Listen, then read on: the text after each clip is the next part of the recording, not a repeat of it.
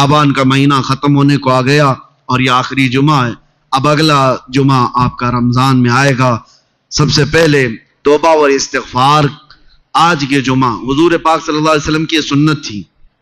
حضور کی یہ سنت تھی کہ شعبان کے آخری جمعہ میں حضور سارے مومنین سے یہ خطاب کرتے، یوں کہتے کہ ان قریب تم پر ایک ایسا مہینہ آنے والا ہے جس کا پہلا حصہ رحمت کا، دوسرا حصہ مغفرت کا، آخری حصہ جہنم سے آزادی کا.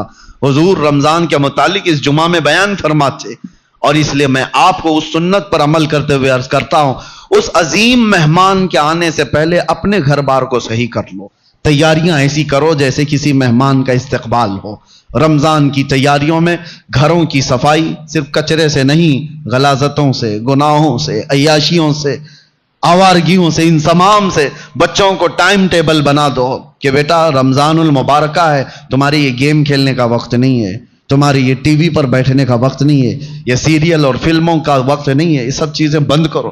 بچوں سے کہو کہ اللہ کا مہینہ آ رہا ہے، اس لیے کہ میرے آقا نے فرمایا قیامت کے دن جس کے خلاف رمضان کھڑا ہو گیا اسے جہنم میں جانے سے کوئی بچا نہیں سکے گا.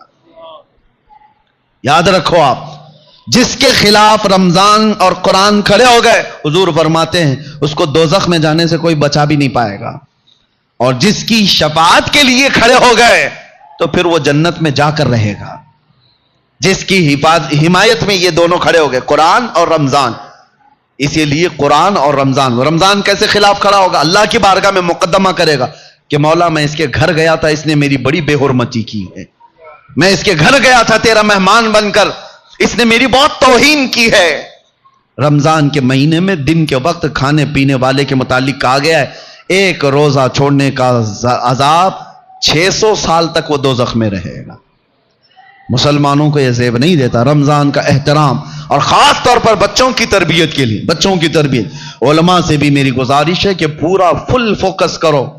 ہم یہاں ہوتے تھے یا جب بھی میرے الحمدللہ میرا معمول ہے رمضان میں فل پیکج، صبح سے لے کر رات تک ہم تو مصروف ہی رہتے تھے.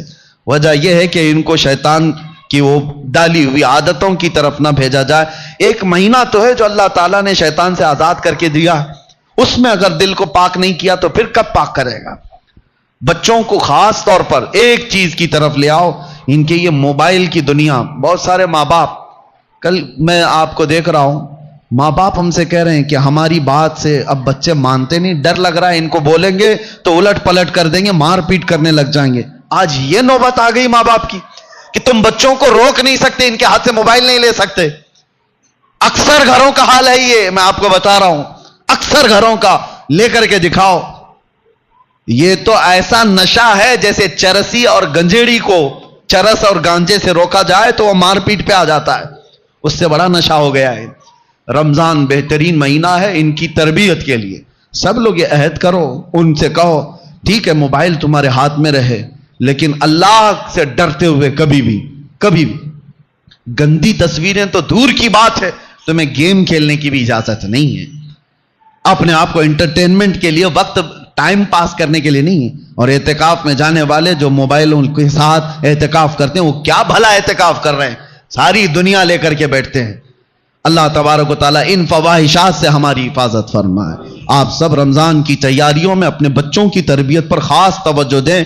ہمیں ڈر لگتا ہے کہ کل کو یہ بچوں کے ساتھ جو ہونے والا ہے، جو وقت آنے والا ہے، بہت ڈر لگتا ہے. اس لیے میں بار بار تاکید کر رہا ہوں کہ اللہ ان کے ایمان کی حفاظت عطا کرے، ان بچوں کا ایمان سلامت رہے، ورنہ دنیا ان کے ایمان کی ڈاکو ہے. اللہ تعالی ہم سب کے بھی ایمان و عقیدے کی حفاظت فرمائے. السلام علیکم ورحمۃ اللہ وبرکاتہ.